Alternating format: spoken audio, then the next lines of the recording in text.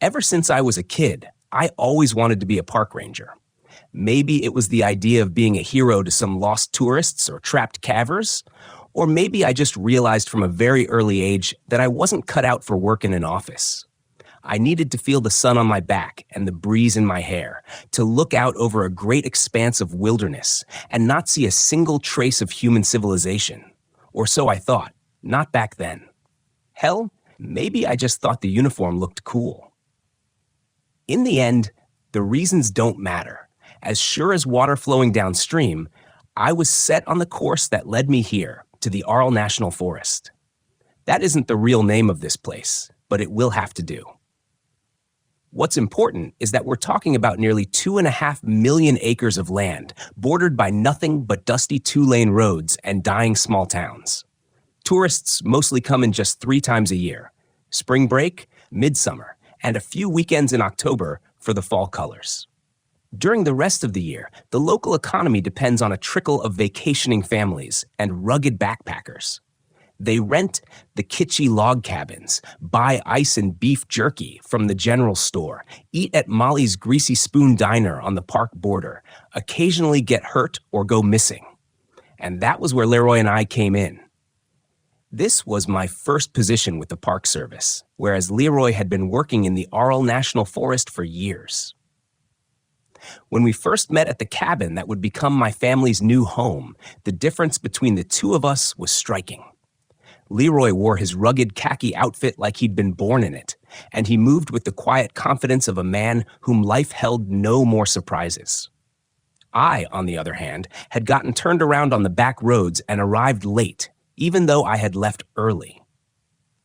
My wife, Tracy, had spent the drive looking skeptically out at the endless forest, while our 4-year-old daughter Emma was throwing a tantrum in the back seat because her bag of chips was the wrong color.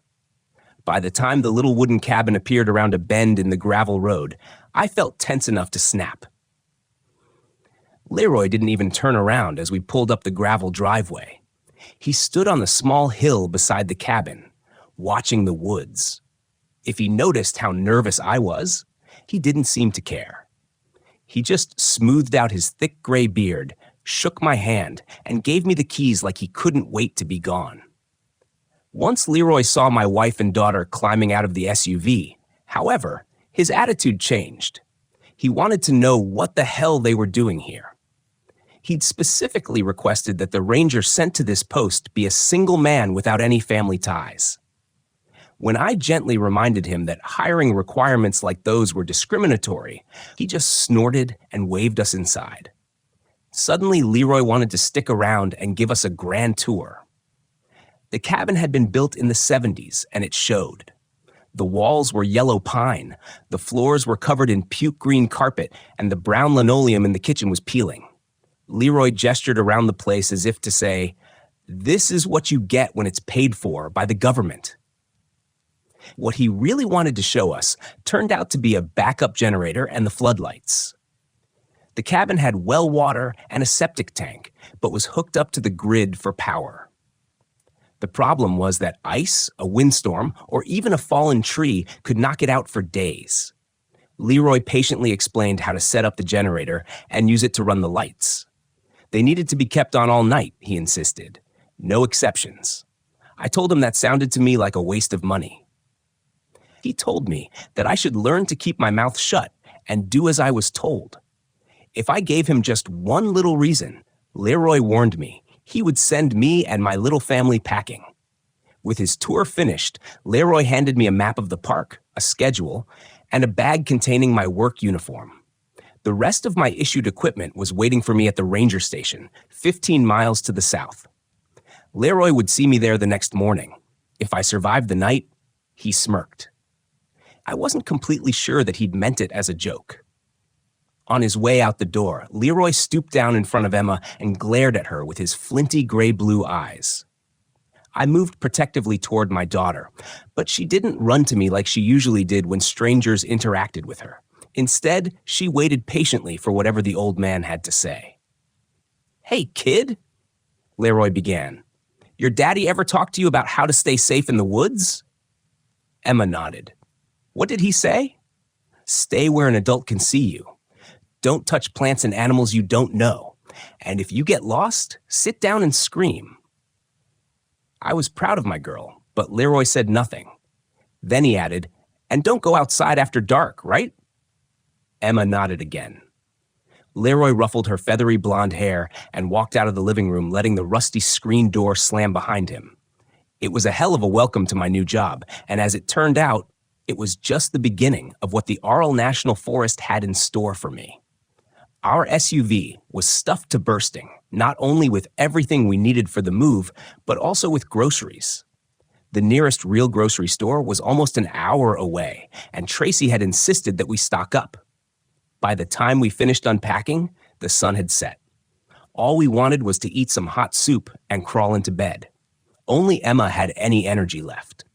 While Tracy and I ate in exhausted silence, she swung her feet and sang along to a tune that, for all I knew, she had invented herself. I had just stretched and announced that it was time for bed when she sprang out of her chair and gripped my hand.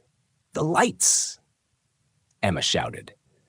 I didn't know what she was talking about at first, until I remembered Leroy's commandments about keeping the house illuminated after dusk. Outside the cabin windows, the night seemed as black as the bottom of the ocean. If I flicked the switch on now, what might I see? Pushing thoughts of pale, grinning faces and tall, spindly things with too many legs out of my mind, I did as my superior had asked. Suddenly, the small yard around the cabin was as bright as day. The forest branches were bone white in the blazing light. I thought I could even hear the electricity hum. Nothing moved outside, not even a squirrel. What I wondered again, was the point of all this? To serve as a marker to anyone lost in the woods? To frighten away wild animals, thieves, or something else? I was too tired to care. Leroy had been right all along, I realized. What did it matter what the lights were for? I wasn't paying for them, and turning them on was apparently just another part of my job. After a final look out the window, I closed the blinds and went to bed. When I arrived at the ranger station the next morning, Leroy was having coffee with Betty Brock, a 50-something Native American woman who was sheriff of one of the dying counties that bordered the park. I recognized her from the Re-elect Sheriff Betty campaign signs that I'd seen everywhere on our drive-in. I had to hand it to her. She was persistent. To get elected sheriff as a woman out here, I figured you had to be. "This is Brett McCammon," Leroy said. "He's going to be the new deputy ranger around these parts. He and his family just moved in yesterday."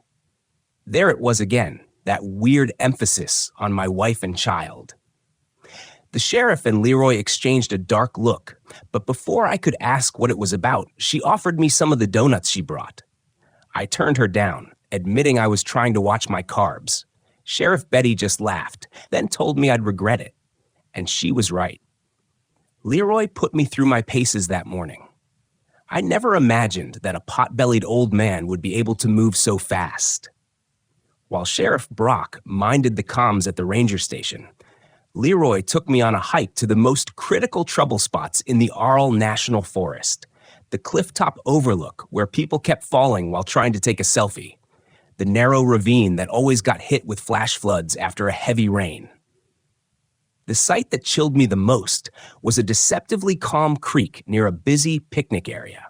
It was connected to a series of cave systems, and beneath its smooth, dark surface, the water flowed fast and cold. Every year, a few families ignored the no swimming signs. As a result, they never saw their children again. Leroy and I peeled off our boots and plunged our aching feet into the refreshingly cold water. Just as he'd said, the current was deeper and faster than expected. "There's one other thing you should know," Leroy added. "Rabies has been a problem out here for a while. State University sends researchers every now and again. So far, whatever they're doing hasn't done jack to solve our problem. So if you see any of the wildlife acting strangely, just keep your distance, okay?" I thought back to what I taught Emma. Don't touch plants and animals you don't know, and a shiver went up my spine. At dusk, we drove back to the ranger station in Leroy's ancient, dusty truck. On the way, he told me that I had kept up better than he'd expected. "You just might be able to hack it out here after all," he said. I took it as a compliment. We were about to turn into the station when a massive black shape bolted across the road. Leroy threw on the brakes, cursing. We skidded to a halt in a cloud of burning rubber. The thing that had cut in front of us, however, was already gone. When I asked Leroy what it was, he said he thought it might be a bear, but that wasn't what it looked like to me. Its limbs had been too long, its body too emaciated and stretched. It hadn't looked like any animal I'd ever seen. If it was a bear, I joked, it must have been a hungry one. Leroy didn't laugh. He kept drumming his fingers on his service weapon while we closed down the station and locked the gate. By the time I began my drive back to the cabin, his nervousness had infected me as well. The darkness beyond my headlights felt infinite. I kept expecting that thing to run out in front of my SUV. If it did and caused an accident, who could I call? There wasn't much cell service out here, and even if there was, what if the thing didn't die? What if it stuck its jaws through the shattered windshield of my car and started trying to feed that horrible hunger? I told myself to stop it. I was driving faster than usual, eager to get home and make sure that whatever that thing had been, it wasn't in the living room of the cabin, feasting on my family. As I turned the corner of the gravel road, I was relieved to see that the floodlights were on. Tracy and Emma didn't understand why I was so upset. They'd had a great day decorating Emma's bedroom, exploring the yard around the house, and making homemade pizza for dinner. Maybe it was just first-day jitters. Maybe that thing in the road really had just been a starving black bear. The thought didn't make me feel any safer. I could tell Tracy and Emma were concerned, so I did my best to put on a brave face, to laugh and joke around the dinner table like usual. Fake it till you make it, I told myself. And by the time we got around to doing the dishes, I felt like myself again. The place and situation might have changed, but we were still the same happy family we'd always been. All it took was a single phrase spoken by my daughter as she looked out the rear window to shatter that illusion. "Daddy, there's a man with antlers in our backyard." I set down the plate in my hand and hurried to her side. The tree line, however, was just as barren as always. Had she seen a deer or something? I knew that kids often let their imaginations run away with them, especially in new environments. But after the day I'd had, it was the last thing I needed to hear. "Are you sure, honey?" I asked. Emma had already moved on to something else, making her Barbie fly through the air like Superman. She just looked up at me and shrugged. So much for the man with antlers, I thought. But even after an exhausting day and a hot shower, I struggled to fall asleep. In my dreams, I was being hunted down the now familiar trails of the Arl National Forest by a bright-eyed black beast that looked like something out of a medieval painting of hell. Cartoonish, no swimming signs glared down at me from the skeletal trees as I ran. I could see Sheriff Brock up ahead, standing with her back to me. When I spun her around to warn her about the beast, I saw that she had been dead for a while now, her head hacked off and replaced by that of a deer. The rotting animal's bloated purple tongue wriggled. Maggots dribbled down its chin onto my boots. The sheriff's corpse held out a rectangular pink box. "Hey, new guy," the deer head said in a gravelly voice. "Want a donut?" I woke, drenched in a cold sweat. Tracy was snoring softly beside me. It was 4 a.m., only 3 hours left until my shift started at the ranger station. Knowing full well that I wouldn't be able to get back to sleep, I tiptoed into the kitchen to make coffee and a bowl of oatmeal. I looked out the window at the floodlit woods while I ate. Of course, there was nothing out there. What else had I expected? Leroy and I worked in turns, only seeing each other at the ranger station for a few hours at the beginning or end of a shift. We'd give a report on the day's incidents. There were usually none, chat a bit about the weather, then go our separate ways. We also rotated who was on call overnight. Since I had a family to take care of, Leroy generously took 5 nights per week while I only took 2. Not that any calls ever came in, but still, It was a relief knowing I wouldn't be dragged out of bed because of some drunken college kids who had set their tent on fire. On my drive home that Friday evening, I caught a glimpse of a long, dark shape loping along the side of the road. Despite being encased in the protective steel cage of my SUV, I felt the hair on the back of my neck stand up. Was this the thing we had almost crashed into on my first day? As I slowed down, I realized that it was no horror movie monster. It was a very large, very wet stray dog. It watched me pass by with mournful golden eyes, as though hoping I might have a spare T-bone steak to toss out the window. I considered stopping, then remembered Leroy's warning about rabies and changed my mind. "Sorry, buddy," I thought as it disappeared from the rear view. "Better luck next time." Maybe it was that unexpected encounter which gave me another bout of insomnia that night. It wasn't until the azure sky began getting brighter that I finally switched off the lights, disgusted, and sat down to doze in a saggy green armchair. Annoying, I thought, how those branches kept scratching against the window panes. I needed to trim them back this weekend. I sat up with a start. There were no trees that close to the cabin. I rushed to the wall and slammed on the floodlights. The yard was empty, but there were a pair of large, greasy handprints on the living room window. Even worse were the scratches above them, just the sort that could have been made by a pair of antlers scraping against the glass while something tried to open the latches. Vagrants? A prank? Something even more sinister? I washed off the filth before Tracy and Emma woke up and decided not to mention what I'd found. I didn't want to scare my family before I knew what I was dealing with. But I did remind my wife where I kept my spare service weapon and its ammunition. I was more concerned about Emma, who loved the woods and played near them every chance she got. It stormed all that weekend, but I can't say that I minded. It gave me an excuse to keep Emma inside. By Sunday afternoon, all of us were going stir-crazy inside the cabin, so we put on our rain gear and took a walk along the edge of the forest. I should have been relieved to get out of the house, but I couldn't relax. I kept imagining some horrible creature lurching out of the undergrowth to drag my child away. Emma, oblivious, splashed through the puddles in her knee-high rain boots.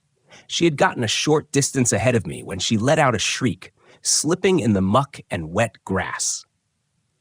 I came running, only to discover that she was excited about having seen a salamander.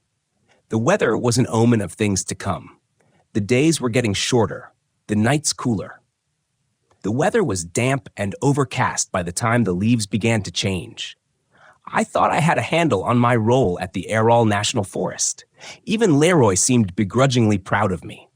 On the last Friday in September, the weather was beautiful again, like a last gasp of summer, and Leroy dropped by the station to send me home early. "I'll take over," he said kindly. "Take the wife and kid for a spin around the park this weekend.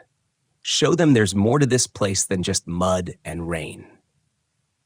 I drove home with the setting sun at my back, the wind in my hair, and the radio blaring. I was excited to share the good news with my family. Twirling the keys in my hand, I skipped up the driveway and snuck around to the cabin's backyard, where I was sure Emma would be playing. What I saw there stopped me in my tracks. Emma wasn't alone.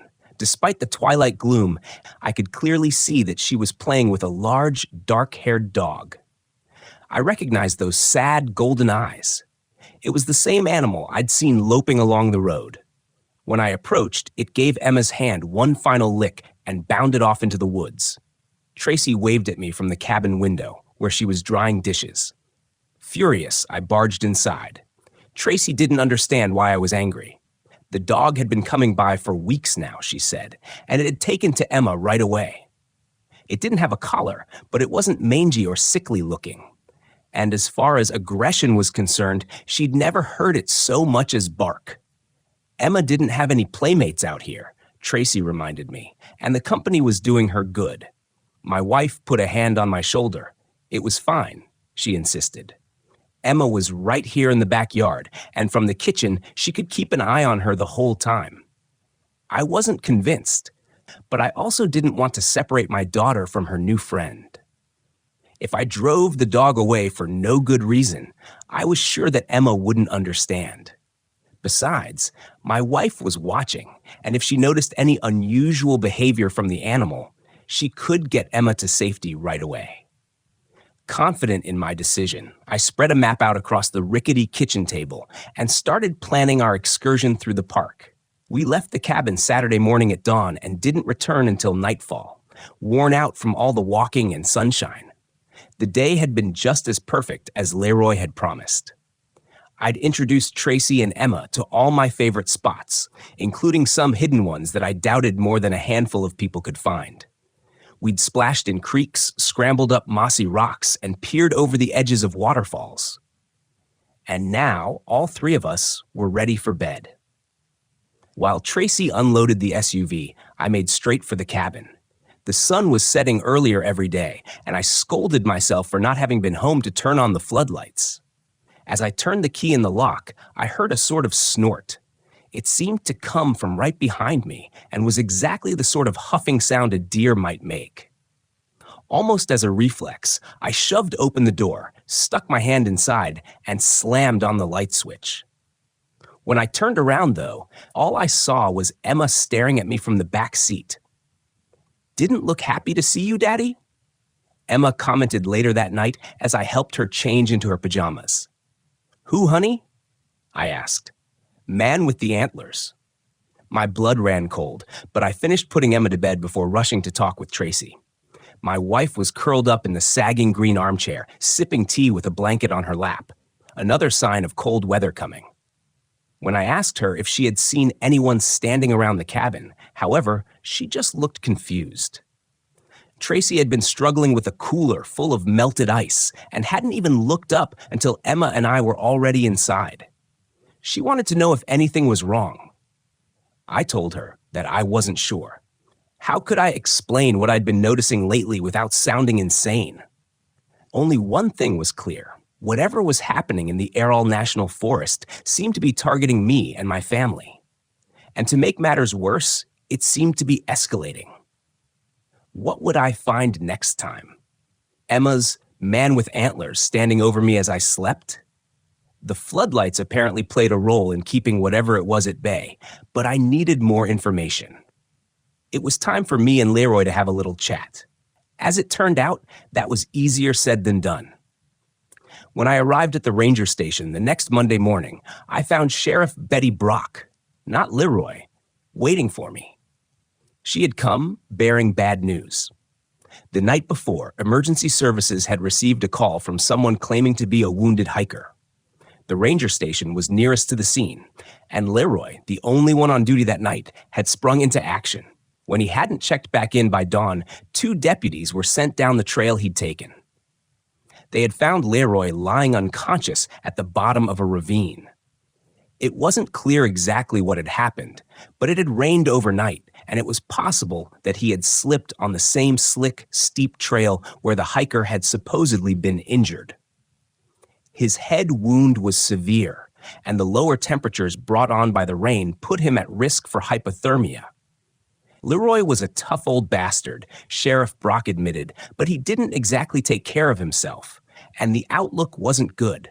He'd been taken to a hospital 2 hours away for treatment, but remained in a coma. Just a tragic accident, maybe. But from there, things started to get strange.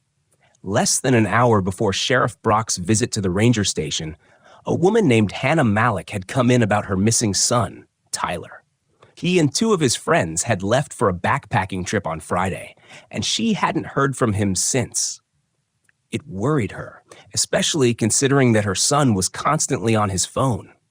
When Sheriff Brock ran his information, she discovered that Tyler's number was the same one that made the emergency call the night before.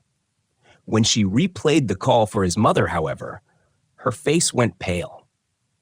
The garbled, gravelly voice on the other end of the line sounded nothing like her son. Despite the bizarre circumstances, my training kicked in. Apparently, we had 3 missing teenagers on our hands. Before I could make any preparations, Sheriff Brock held up a hand. "The boys are fine," she told me. They had gotten home late that afternoon, not suffering from anything worse than a few scratches and a bad hangover.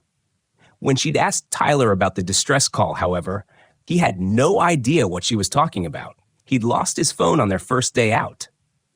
I asked Sheriff Brock what she thought it all meant. She told me to pour myself a cup of coffee and sit down. This place wasn't always called the Arl National Forest, Betty sighed. In the language of my people, it has a different name, an old and wicked name, a name that means red waters. In those days, we made our living as fur traders. Pelts were valuable, and the settlers wanted access to the territory where we trapped and hunted. They didn't dare risk open war. There were too few of them, and too many of us. And we knew the land too well. Then their leader, a man called James Arl, proposed a trade. In exchange for a season's supply of furs, the children of our chieftains would be sent to a school downriver, where they could learn the settlers' ways. It was a trap. All who attended the meeting were killed, hideously, even the infants. And the place where all that butchery happened, it's now a picnic area. You've heard how the creek is connected to a cave system, right? She asked. Our people say that the tribe learned of the massacre when they saw their family members' bloody, shattered bodies rising up from the stream. Red waters, get it? Of course, all that's ancient history. What isn't is what happened next. The chief had brought his youngest children to the exchange, but left his 3 eldest behind, 2 boys and 1 girl. The 3 of them swore revenge at any cost. Legends say that they offered their souls to the spirit that dwelt in the caverns below, if only it would grant them the strength to bleed Arl and his people until there was nothing left. There are some who believe the spirit took the deal. The trio became immune to hunger and thirst, to exhaustion and cold, and to any mortal weapon. They say they had the strength of wild beasts, that they could change their shape, see in darkness as though it were daylight, and appear and disappear at will. With such powers at their disposal, it wasn't long before their vengeance was complete. The settlers' records claim that James Arl and his family were attacked by a pack of starving wolves and eaten alive. As you can imagine, in my people's tradition, the story is a little different, but the conclusion is the same. If it was wolves that killed the Arls, they must have been strange animals indeed. See, they stripped the flesh from the Arls' bones until there was nothing left, but kept their faces perfectly intact, staring up in terror at the winter sky. It was only afterward that the siblings understood the awful price they would pay for their victory. Even the people they had avenged now shunned them, sickened by their powers and by how they supposedly maintained them. There were rumors about secret rituals about the consumption of human flesh. The trio came to hate the light. They withdrew to damp, dark places where no human eyes could witness the extent of their gruesome transformation. There they wait, lonely and hateful as ghosts, until their hunger drives them back to the surface. Or so they say. Sheriff Brock downed what was left of her coffee, slammed her mug on the desk, and looked disappointedly at the empty donut box beside it. She stood and strode over to the huge map of the park on the wall, running her fingers across its elevation lines as she spoke. If only there was some kind of pattern. If we just knew where or when they were going to strike, it would be different. We could close off sections of the park, shut down on certain days of the year, but they're totally unpredictable. Almost as unpredictable, you might say, as a massacre. Of course, certain times and places see more activity than others, she continued. As you might have guessed, they avoid bright light. They only move around at dusk, after nightfall, or during truly bad weather. That's probably what saved Leroy. The clouds broke, and the sun came up before they could finish the job. The creek, the cliff top, the ravine. Those are the worst areas. How many of those supposedly missing kids do you think got dragged down by a cold hand beneath the water? How many of those hikers fell to their deaths while running from something inhuman? You probably took what Leroy told you about the accidents and disappearances at face value, didn't you? Didn't even bother to look up the statistics behind them or notice how excessive they seemed to be. Sandra, your predecessor, wasn't like you. She was meticulous, a go-getter, a real white knight. She'd spent some time overseas in the military, and she thought that qualified her to handle our little problem once and for all. She said she had a theory about where the trio hibernated, and she wanted Leroy and me to go in with her, along with all the firepower we had. I'm a politician, not a soldier, and old Leroy has seen too much to imagine that they could be stopped. We turned her down. So she went in alone. Officially, your predecessor abandoned her post. Unofficially, Leroy found her body stretched between two trees on the clifftop. Just like with James Arl, they'd stripped the meat from everything except her face. The pair of us gave her a decent burial. You'll have to forgive me if I don't tell you where. Sheriff Brock turned, scanning my face for a reaction. Thunder rumbled. I peeked out the window. It was too late in the season for a summer storm, but the dark, towering clouds on the horizon didn't appear to have gotten the memo. Does the legend say that one of those three siblings can transform into a deer? I asked carefully. The eldest brother, Betty nodded. They say he valued speed above all things. The youngest, who valued strength, could transform into a bear. And what about the sister? A bitter smile crept across the sheriff's face. She was more clever. She chose an animal that was both quick and strong, but that would also appear unthreatening to humans. They say she could take on the form of a large, dark-haired dog. I was sprinting to my SUV before I even knew what I was doing. "Emma!" I shouted, not sure who I was addressing. The sheriff? The horrors in the forest? God? Under the circumstances, any of them would have made sense. I peeled out of the parking lot, startling a family of 4 who were packing away their picnic in anticipation of the storm. Sheets of iron-gray rain began falling from the sky. Betty Brock's words echoed in my ear. They only move around at dusk after nightfall or during truly bad weather.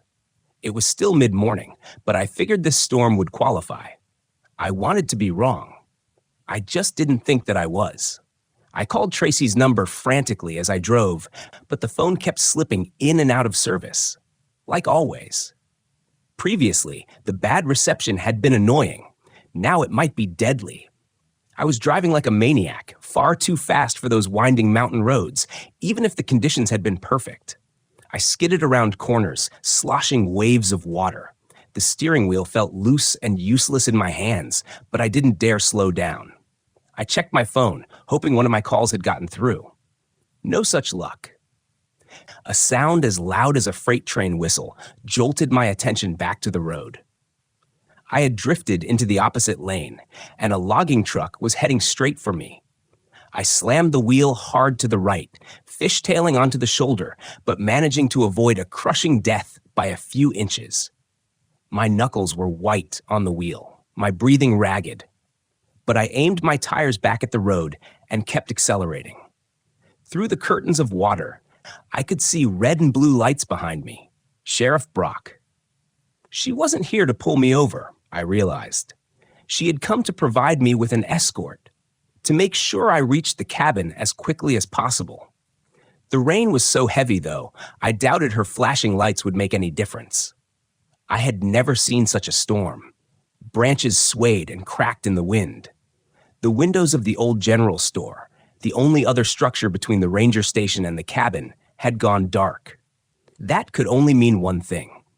The power was out. Would Tracy know to turn on the floodlights, even though it was still technically daylight? Would she remember how to use the gas-powered generator? Everything depended on the answer. As I turned up the gravel driveway, my fears were confirmed. Battered by the storm, the lightless cabin looked abandoned. There was no sign of any deer-headed monster or any ravenous bear-like thing. But that might have been because they were already inside. I ran to the cabin, leaving the engine running. A dark shape shifted on the other side of the screen door, almost like it was waiting for me. "Go on! I'll cover you!" Sheriff Brock shouted out the window of her cruiser. She threw on a rain slicker and drew her sidearm. "What's wrong?" Tracy asked through the screen door. It was her, of course. She must have come to the door when she heard us coming. "There's no time to explain. Where's Emma?" I gasped. "She's in the kitchen, playing with Coco." "I'm sorry. I know you said not to, but we gave the dog a name. We actually brought her inside. Coco's behaving great, and she just looked so wet and miserable out in the rain." I pushed my wife aside and ran to the kitchen, or tried to. I was still unfamiliar with the cabin, and with no illumination, it felt like a different place entirely, like something out of a nightmare. I slipped on Emma's toys and crashed into the furniture. Gunshots rang out behind me. Despite the danger ahead, instinct made me glance over my shoulder. The gaunt monstrosity lumbering toward Sheriff Brock looked less like a black bear and more like a child's nightmare drawing of one. Her bullet sank harmlessly into its matted, rain-drenched fur. A child's high-pitched shriek broke through my fear and reminded me why I was here: to protect Emma. "You're not my friend." My daughter was screaming, "You're not a doggy at all!" In the kitchen, a wild-haired figure rose from the floor. The gloomy light streaming through the window reflected in its golden eyes and on its sharp, horribly dog-like teeth. Its fingers, multi-jointed and many times too long, stretched toward a knife on the countertop, and then everything became blindingly unbearably bright. The generator rumbled, its noise briefly drowned out by an inhuman wail from the kitchen. The window shattered as a twisted form, neither entirely human nor entirely canine, flung itself backward through it. I looked to the living room, where my wife stood over the generator, panting. For a brief second, I caught a flash of another figure standing behind her, a tall, muscular man with a deer's head. It held a tomahawk to her neck, nicking it just enough to draw blood. Then it flickered and was gone. Tracy's hand flashed to her throat. It came away stained red. Did something bite me?" she asked. I didn't know how to respond. Emma sat on the kitchen floor amidst broken glass, shaken but unharmed. The screen door swung open, making us all jump. A few more seconds, and this place would have needed a new ranger. And a new sheriff, Betty Brock grumbled. "What was that thing?" Tracy wondered. "A bear," I said. "I guess you could say that." I checked the gas reserves. Even if the power stayed out, we had enough to keep the generator running for a long while. I felt like laughing, like celebrating. But I soon learned the same harsh lesson those 3 cursed siblings had so many years ago. Victory always comes with a price. When Sheriff Brock got back in touch with her deputies, she discovered that Leroy's condition had taken a turn for the worse. As the clouds began to clear, we all piled into my SUV and followed her cruiser to the hospital. Even then, even before we knew, it felt like a funeral procession. Sheriff Brock went straight to the front desk to ask about Leroy, but as it turned out, I learned about his death before she did. A pair of orderlies passed by me in the hall, gossiping. "Poor bastard," one was saying. "He almost pulled through. And did you see the gashes in the back of his head? I mean, they almost looked like they were made by a tomahawk." I don't expect anyone to believe this story, especially after I've changed so many of the names and dates. But if by chance you rent a cabin or go camping in one of our lovely national forests, do yourself a favor. Keep the lights on.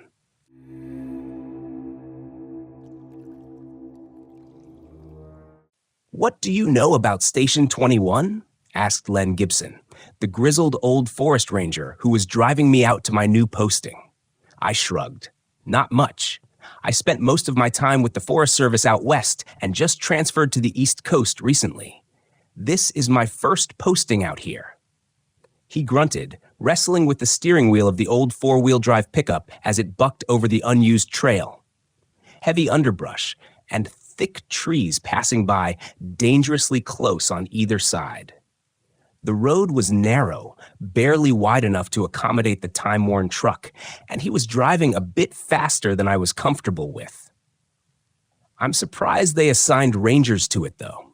Seems pretty remote," I said. "We've been driving for a couple of hours on this trail already, and the lonely stretch of paved road we'd left earlier was little more than a distant memory at this point."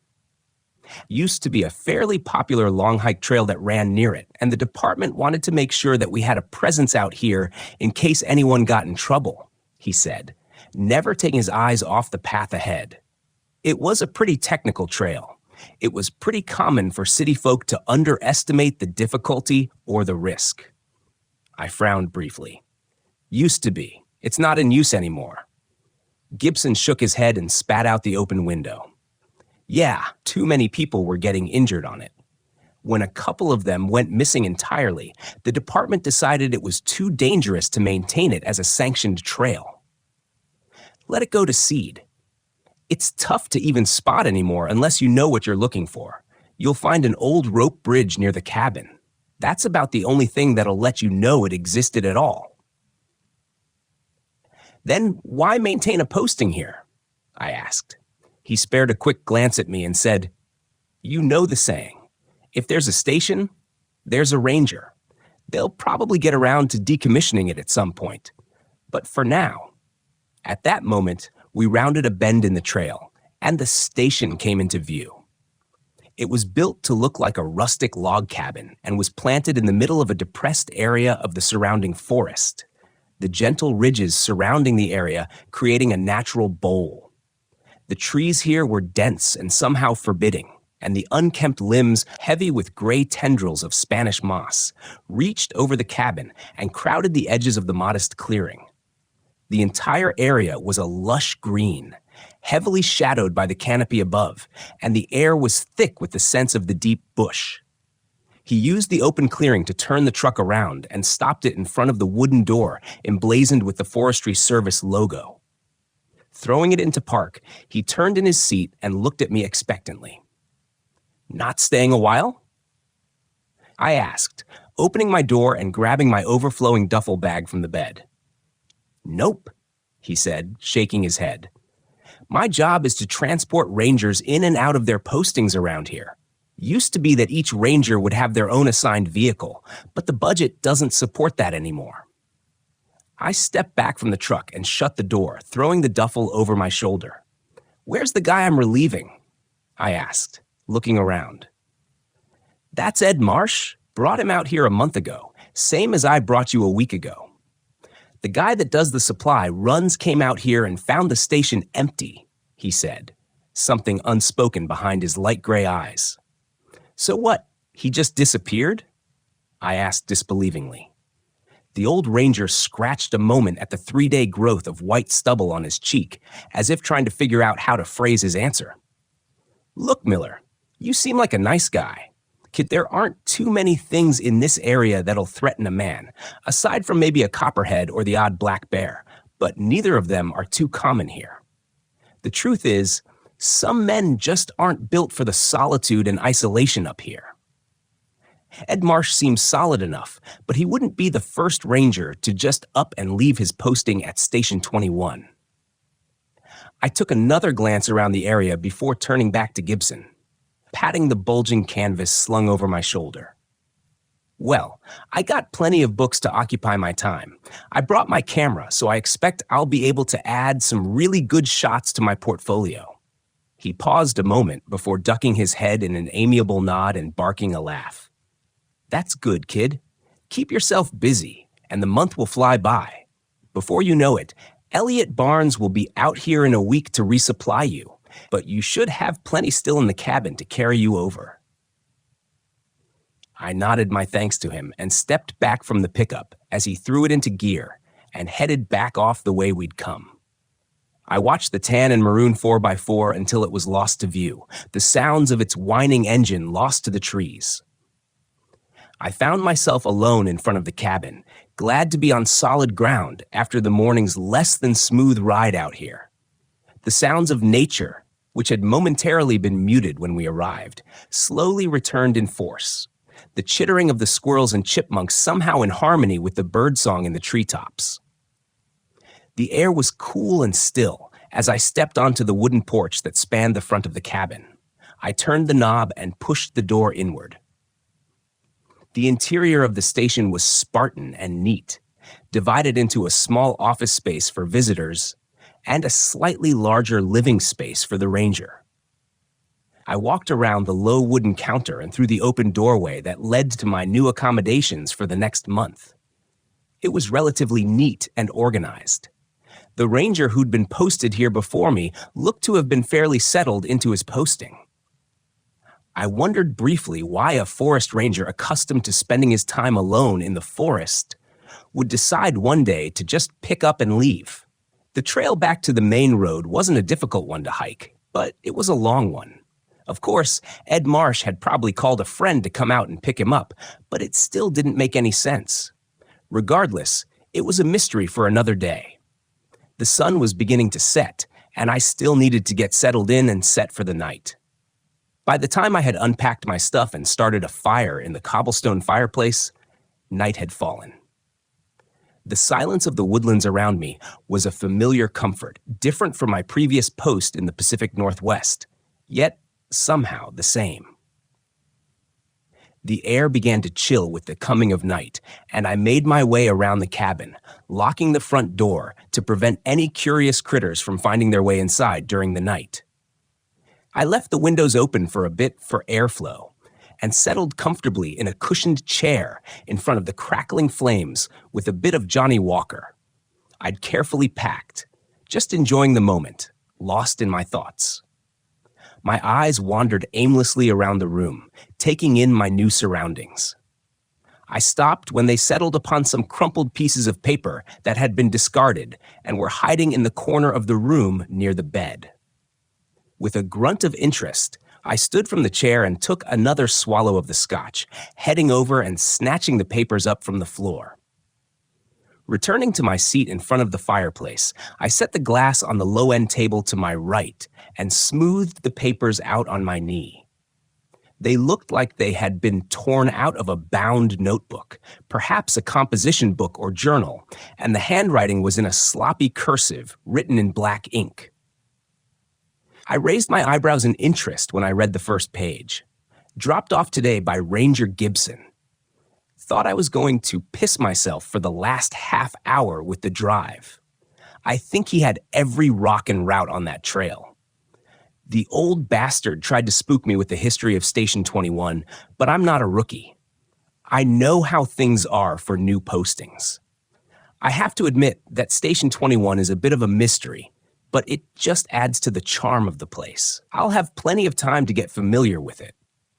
I flipped to the next page. Some sort of animal was outside the cabin last night. I'm glad I thought to close the door. The last thing I want is to wake up to a black bear rooting around in my provisions. Amen to that, I thought. Another page. I swear to Christ, if that old bastard is trying to scare me, I'm gonna beat his ass. I don't have any interest in playing any games, and even less interest in going out in the middle of the night in the rain. I didn't think that Gibson seemed like the type of person to haze a new guy, but what did I know? I turned to the next page and kept reading. Okay, I'm not sure what the hell that was outside last night, but I don't think it was Gibson. There are no tire tracks anywhere nearby, and I can't find any boot prints in the mud this morning. Whatever it was too big to be a raccoon. Maybe a black bear, I guess. Need to be sure to keep things locked up. I'm starting to wish they issued rifles out here. The last page was the strangest of the bunch. I think I saw it today out by the ravine, but I think it saw me too. I don't think it likes it when you notice it, because it sure took notice of me pretty damn quick after I spotted it. Need to be more careful. I reread the pages a few more times, pouring myself a bit more of the scotch and reclining back in the chair as I pondered what I had read. I must have drifted off at some point because I awoke to the sound of rain and thunder.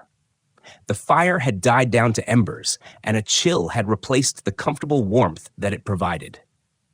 I stood from my chair and walked over to the window, looking out into the dark at the rain. Even with the heavy cloud cover, I could still make out the dim shapes of the trees beyond the clearing in front of the cabin. A gust of wind rose and blew the misting rain into my face through the screen.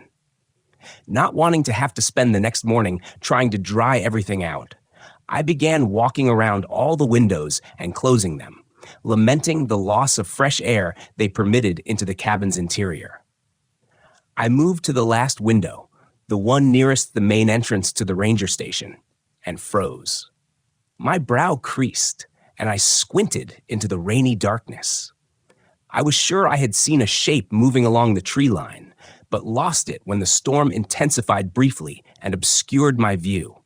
Staring into the darkness for a long minute, I reluctantly backed away and closed the last window, shaking off the uncomfortable feeling as best I could before moving over to the bed and dropping into it without bothering to undress.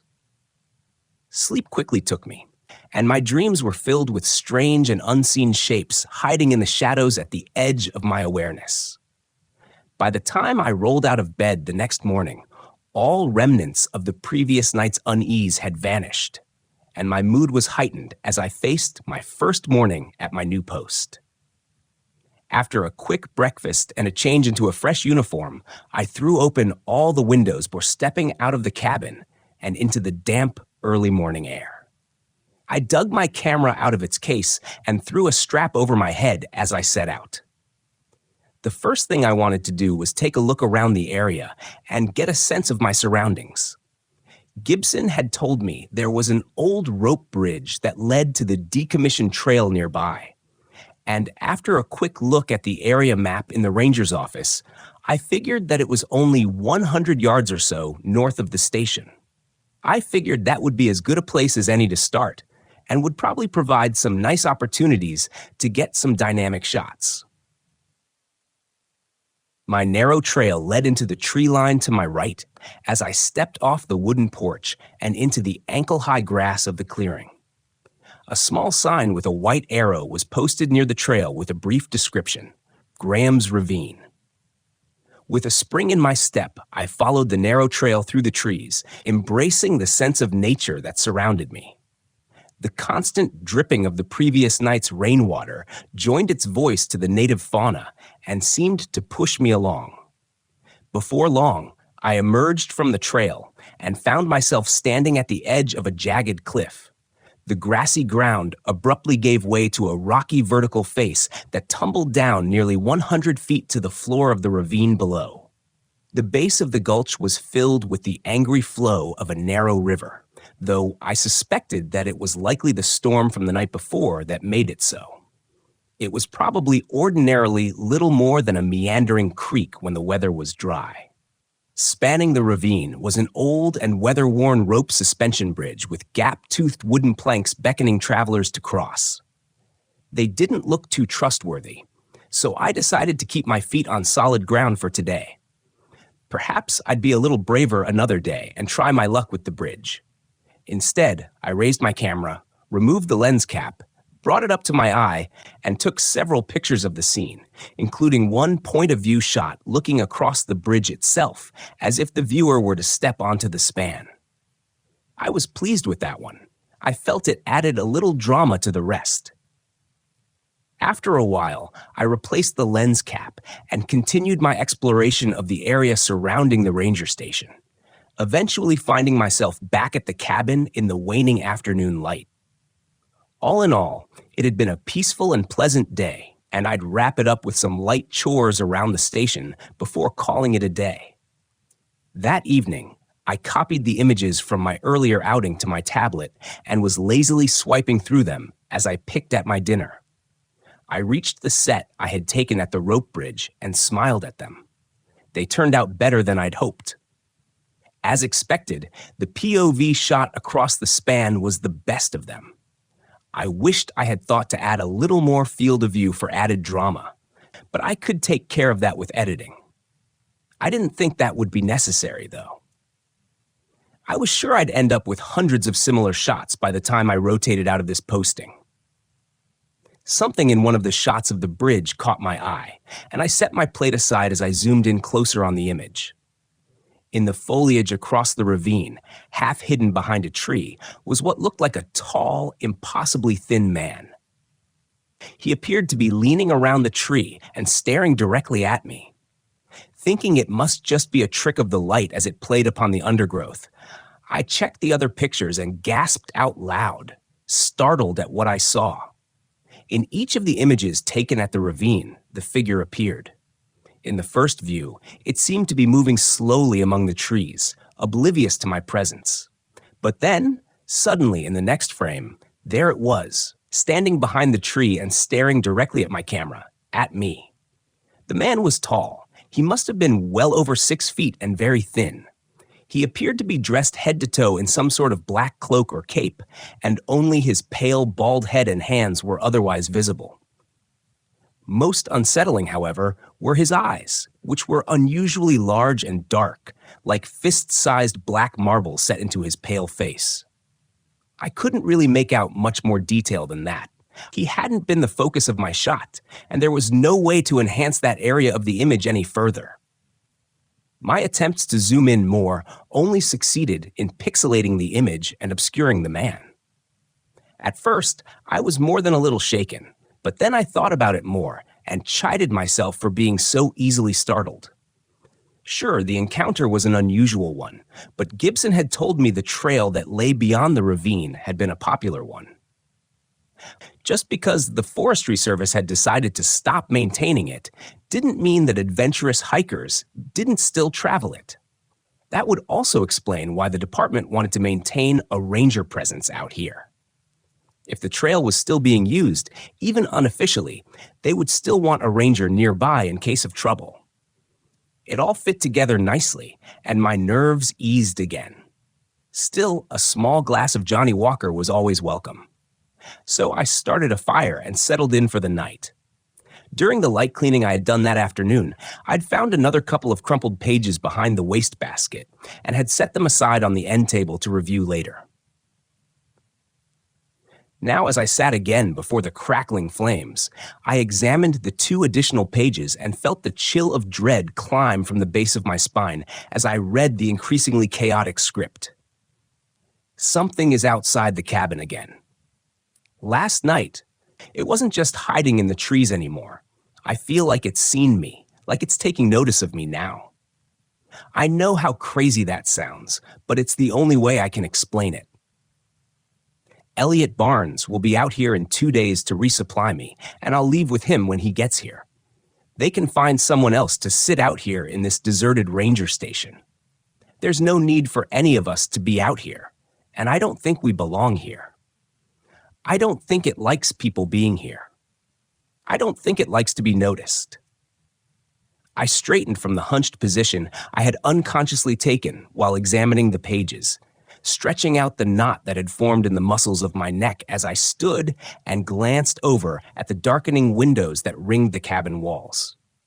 During the day, they provided welcome light and plenty of ventilation to the interior. But now, at night, they made me feel vulnerable. Anything could be outside, looking in at me through any of these windows, and I wouldn't know it. I could be surrounded by watchers on all sides and never have a clue. Get yourself together, for Christ's sake, I said aloud, shaking myself back to my senses. This was stupid. I had been in areas more remote and dangerous than this before. This was a posting they gave to Rookie Key, simple and safe, difficult to get into too much trouble here. That being said, I didn't hesitate to ensure the front door was locked and secured, and figured tonight I could sleep without the windows being open. Things would look a lot different in the morning. I was starting to agree with my predecessor. A rifle would have gone a long way to setting my mind at ease. Right about then, the rain came again that night, with less fury but greater volume. I tossed and turned in my sleep, never finding a comfortable position. In fact, it was less the mattress and more my imagination keeping sleep at bay.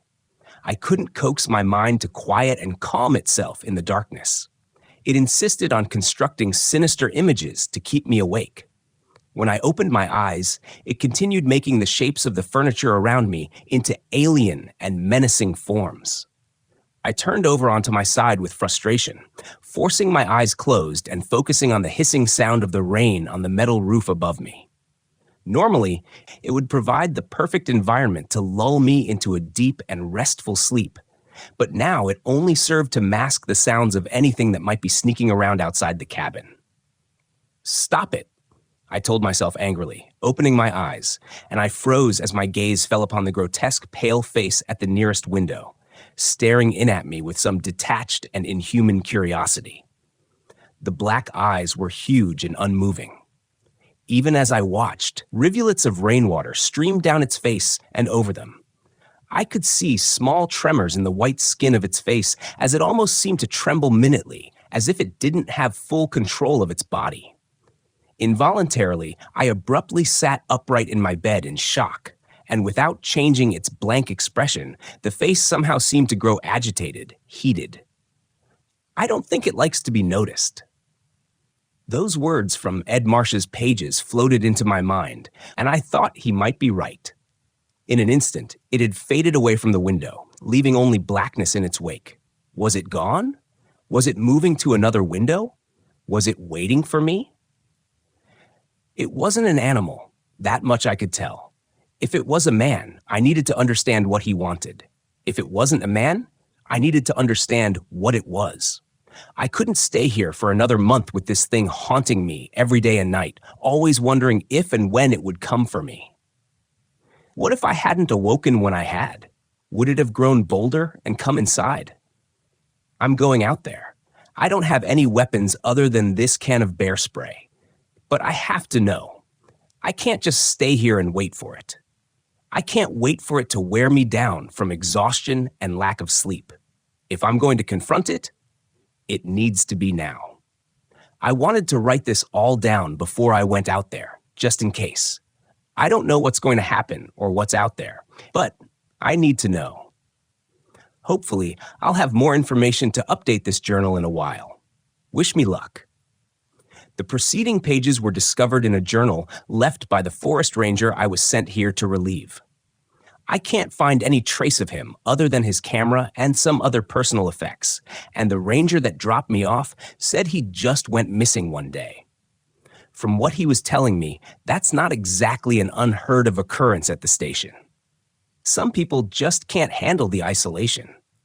Reading his journal, it sounds like he was more than a little unhinged and experiencing hallucinations.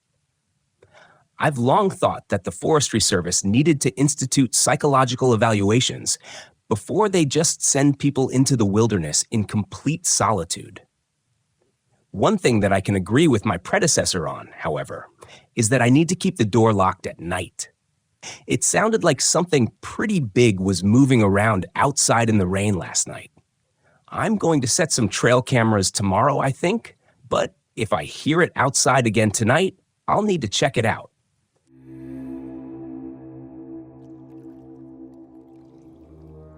It took place in March or April of 2014.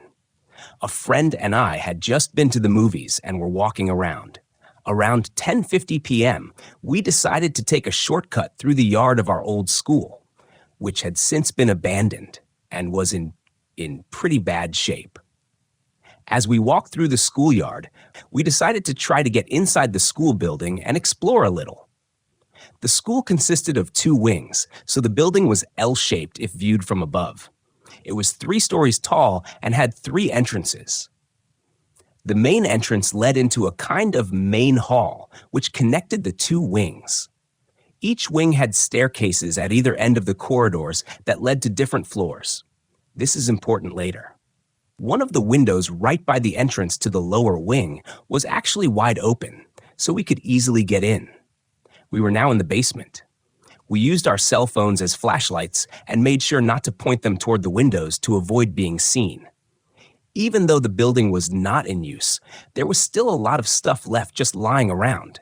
Musical equipment, uniforms, a pool table, chairs, etc. We were just exploring each room in the basement to see if we could find anything cool. We explored the basement for about 15 minutes before heading up to the first floor. We were now in the main hall. There was some kind of tarp or large plastic sheet hanging there to separate the hall in the lower wing for some reason. I assumed it was for construction work. We went down one of the corridors and started exploring the classrooms. Every classroom had either been vandalized or suffered some kind of water damage, so everything was pretty broken down and rotting. In hindsight, I think we were lucky the floors didn't collapse on us or something. We had just come out of the third classroom and were in the corridor when we heard someone move the tarp or plastic sheet in the main hall. This wasn't the wind or anything. We could definitely tell someone was physically moving it. We could also hear footsteps, although the rhythm was kind of weird. It sounded like someone kept changing their walking pace rapidly, if that makes any sense. We immediately went into a classroom to hide, thinking someone had called security on us. We hid behind the door in the classroom for about 2 minutes, completely silent. We didn't hear anything else during that time, so we figured it must have been the wind or just random noises. We decided to keep going. We went through the corridor and up the stairs at the far end from the main hall to explore the second floor. While we were there, we occasionally heard some noises, but we brushed it off as wind. After a while, we had explored the rest of the corridor and decided to walk down the staircase that led from the second floor to the hall. Halfway down the staircase, there was this landing before the second set of stairs, and this is where things took a turn, no pun intended. From the landing, we could see the plastic sheet, and it was moving. We also heard some kind of scratching noise. We stood there for a second, just listening. I decided to peek around the corner to see what was making the sound. What I saw scared the living crap out of me. It was some kind of creature. It was skinny, almost completely naked, at least I couldn't see any clothes. It had really thin strands of hair and was very pale, corpse pale, almost completely white. The first thing that came to mind was that it looked like Gollum, just bigger. It was crouching down and scratching the floor or something, making weird, growly, groany, breathy noises. It was facing away from us, so I stood frozen for a while and just watched it. Then I took a step back and pointed at it, looking at my friend. He peeked around the corner and immediately I could see his facial expression change into a combination of horror and shock. It was reassuring in a way, knowing that he saw it too. We stood there for a good 20 seconds, just watching it do whatever it was doing. Then the most cliché horror movie thing happened. My friend started backing away slowly and stepped on a piece of glass, which cracked. This startled the creature, and it quickly looked over its shoulder, right at me. I bolted. We ran all the way to the basement to get out, and the whole way there, I swear it felt like it was right behind us. We ran back to my friend's house. And once we got there, we had a kind of debriefing session, making sure we both saw the same thing. The closest reference picture I can find is, well, it looked almost exactly like that, just with thin strands of hair on its head. I understand if you think I'm lying. I would be skeptical if someone else told this story. But I swear this actually happened, and my friend confirms it to this day. We got a good enough look at it to confirm that it was a humanoid creature of some sort, but it didn't really resemble a human being. The only explanation I can think of is that it was a homeless dude that, for some reason, was naked in this abandoned school. But this is in northern Norway during winter. You wouldn't survive long without clothes. Also, I live in a very small town with very few, if any, homeless people. So that theory doesn't really make sense. It could also have been some kind of animal that found its way inside, but we got a good look at it, and it didn't resemble any animal I've seen before. I have no idea what that thing was. Normally, I'm a rational Occam's razor kind of person, but we saw what we saw, and I have no explanation for it.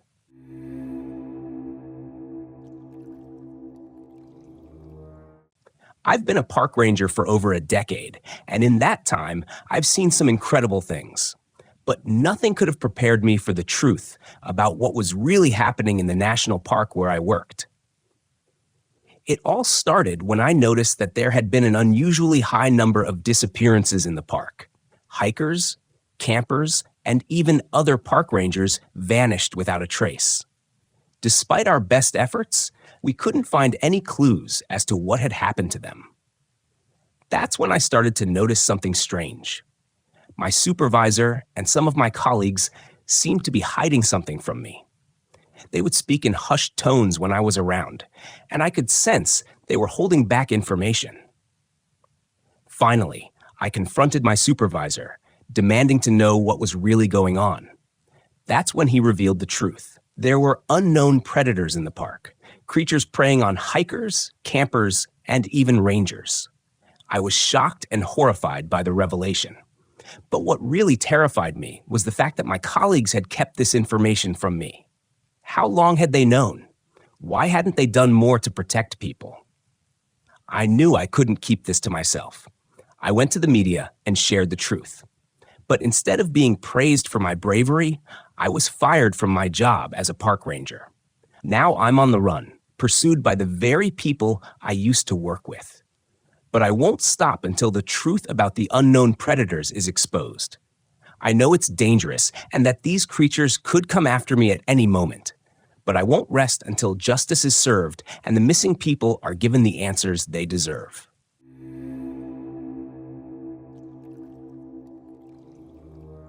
When I was 19, I worked as a stalker for Target and had to bike to work early every morning around 4 a.m. Worst job ever.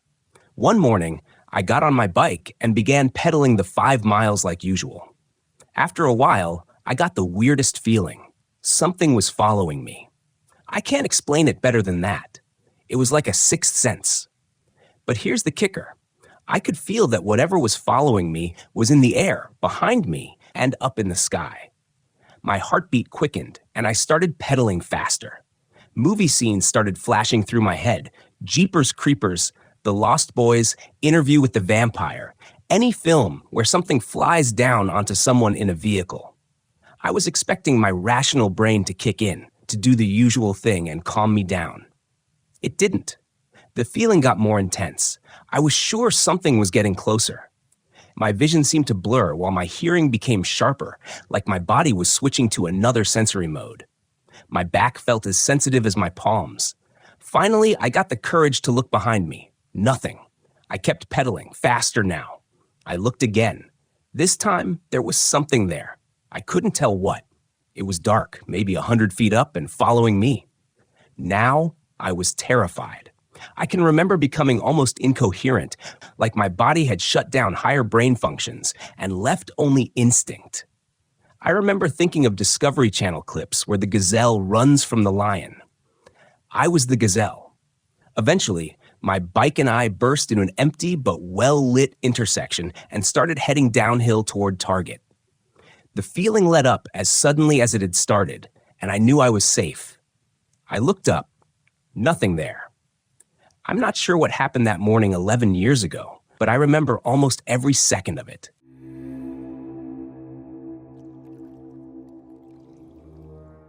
My name is Dakota, and I am a Native American member of the Ojibwe tribe.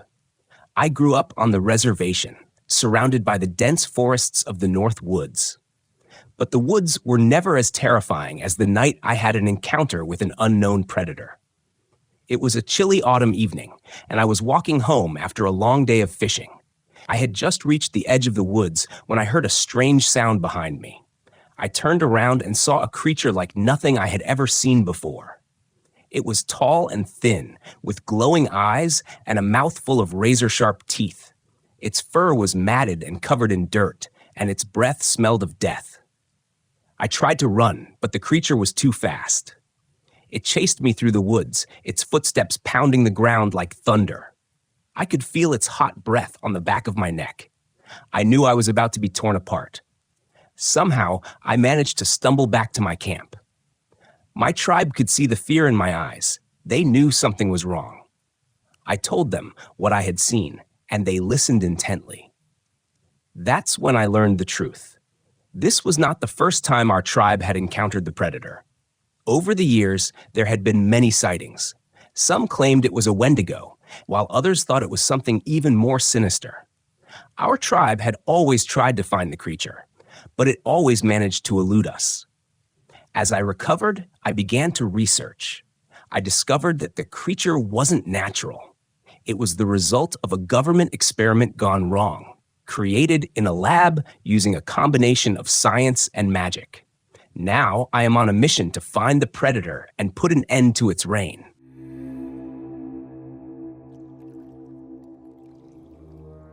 The terror. I am not alone in my quest. My tribe has joined forces with other native communities to take down the predator once and for all. We know that this will not be an easy task, but we are determined to protect our people from the unknown predator that lurks in the deep woods. As we traveled deeper into the forest, I could feel the weight of the unknown pressing down on me. Our weapons felt inadequate against this creature, whatever it may be. Suddenly, we heard a sound that could only be described as inhuman, and we knew it was close. We readied our weapons and waited, but the predator never appeared. We searched for hours, but found nothing. It was as if the creature had vanished into thin air.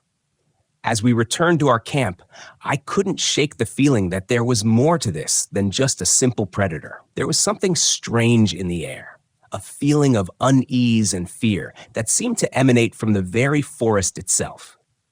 It wasn't until we returned to our tribe and shared our story that we learned the truth.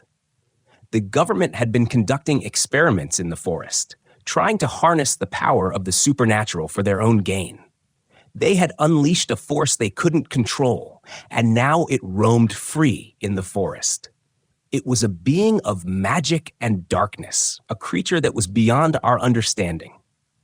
We knew that we had to act fast if we were to stop it before it destroyed everything we held dear. The next day, we set out once more, this time armed with knowledge and determination. We knew we were up against something far greater than ourselves, but we also knew that we could not back down. We traveled deeper into the heart of the forest, guided by the magic of our ancestors. And finally, we found it. The creature stood before us, a being of pure darkness, a force of nature that defied all explanation. We fought with all our might, our weapons clashing against its inhuman form. But it was like fighting a shadow. It moved too fast, too fluidly, and we couldn't keep up. It was only through the power of our magic that we were finally able to drive it back, to send it back to whatever dark realm it had come from. We returned to our tribe, battered and bruised, but victorious, knowing that we had protected our land and our people from a force beyond our comprehension. Even as we celebrated, I knew the forest would never be the same again. The echoes of the unknown predator would haunt us for years to come. There was a group of loggers who, after a long day, settled around a fire. As they congregated, they found themselves feeling watched. Apparently, someone or something was watching them from the tree line. Being loggers, they decided to ignore it until the loudest howl any of them had ever heard echoed through the campsite. Not knowing how near this canine was, they quickly made their way into their cabin. The cabin was a single-room log dwelling with bunk beds. The door was tall to accommodate axes over shoulders, about 7 feet, with a small window around 6 feet high. Once inside, the loggers began to discuss the oddity of having wolves so close to camp. Then they heard the howl again, this time right outside the cabin. None of them had a gun at the time. They decided it was best to block the door and wait until sunrise to attempt to chase the wolves off. That's when they heard some guttural gibberish. The sound was something close to words, but not quite. The sounds made their way around the cabin until they reached the door. Through the door window, they saw the face of a very large dog-like thing peering at them. Immediately, some of the loggers began to pray, while others were too shocked by the sight of the massive canine head. The wolf apparently retreated by morning, but they could find no sign of wolves other than some very large paw prints around the cabin. The prints suggested that this beast was bipedal. From what I can gather, the story originated in the forests east of Traverse City, Michigan, sometime in the early 1970s. There was another account from the Ottawa National Forest in the Upper Peninsula at around the same time. Let me begin by telling you where I'm from. I am from the northeast of India, very quiet and lovely, full of nature, and distant from the more eccentric parts of the country. The creature in my story is called Kibukiahiba in our tribe's language. It means half man, half tiger, or more precisely, man-like tiger, quite similar to the skinwalker. My tribe is actually the Métis tribe of the state of Manipur. There are several states in northeastern India, each with multiple tribes. They may or may not have this mythological creature in their folklore, but our story is one of the famous ones in our tribe. The most well-known version is about Kibukioba, involving 7 brothers and 1 sister. Would you like to hear this story? Let me know. I'd be happy to share it, or even direct you to an animated YouTube video created by someone from our state. The story has been passed down since childhood and is eerily similar to the Navajo legend, though our creature is just one man who became a tiger-like being. He was a famous medicine man who discovered he could conjure dark magic to transform himself into this vile animal and then back into human form. I've heard, though I can't confirm, that people in Thailand, Myanmar, and other Southeast Asian countries know a similar story with their own unique twist. That would make sense, as in our version, the creature is chased south out of our state. Perhaps it found a new home elsewhere. Now that I know skinwalkers in the West are said to exist, though debatable, I think our story gives a whole new perspective to its existence and its possible global activity. Or perhaps it's a common dark magic among witches worldwide.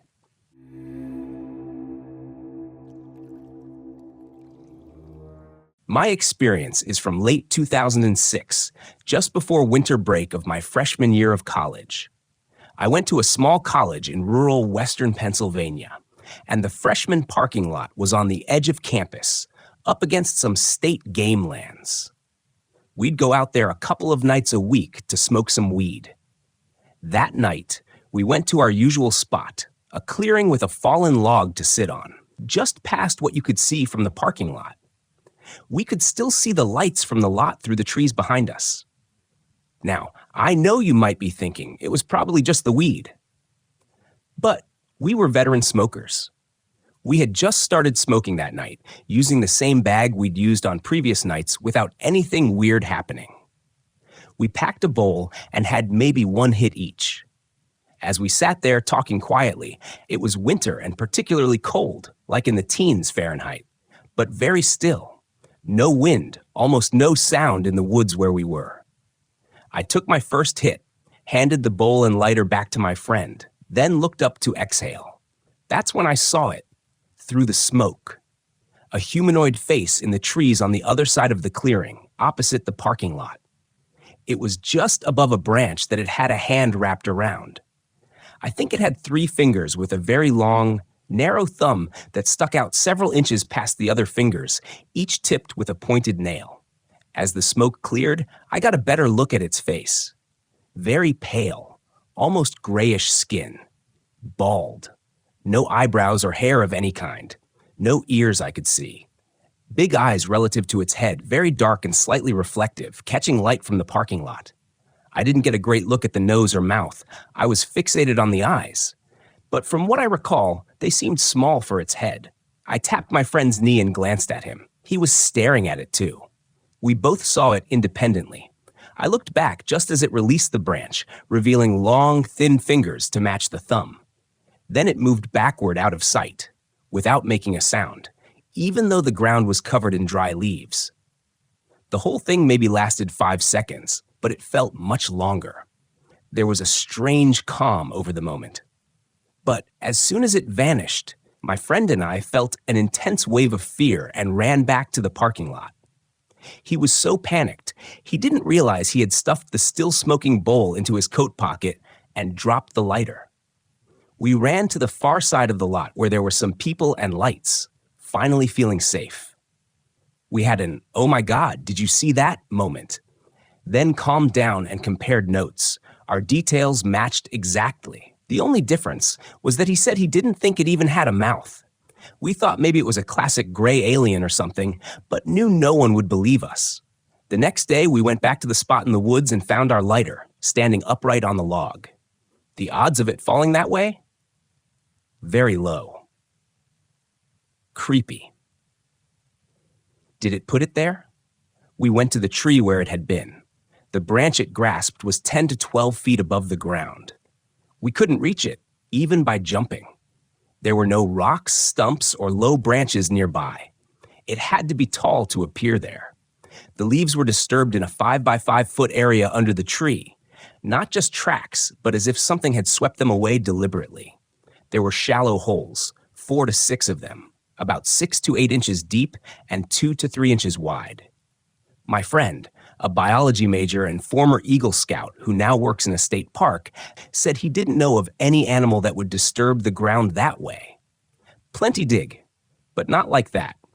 We never went back out there after dark, and we never saw it again.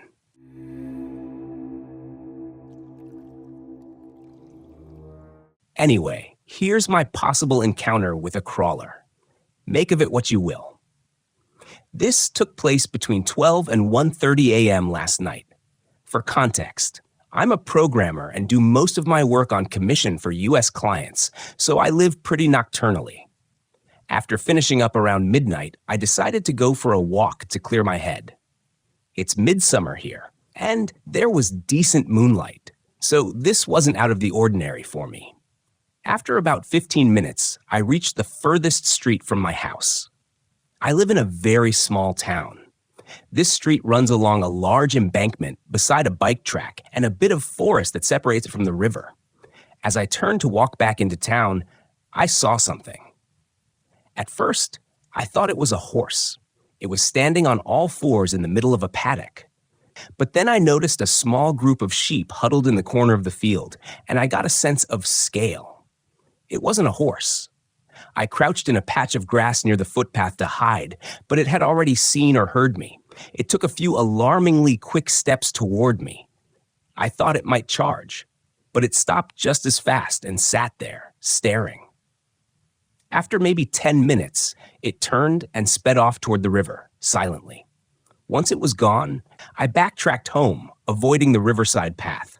As I turned the corner onto my street, I think I saw it again out of the corner of my eye. Here are some things I noticed. It was a dull pink color, like overboiled meat, rather than gray. It had sunken, dark eye pits, as others have described. At first, I thought it had no mouth, but it actually had an overly large mouth with no lips. It wasn't bony or emaciated. It was smooth and wrinkly. It ran on 2 legs, using its hands to steady itself on fence posts and the ground when needed. It mostly balanced on the balls of its feet, like someone squatting. It was fast. I'd guess around 80 kilometers per hour. When it was near, everything went dead quiet. No animals, no insects, not even the sound of the river. I don't recall hearing my own breathing. Anyone else heard of this?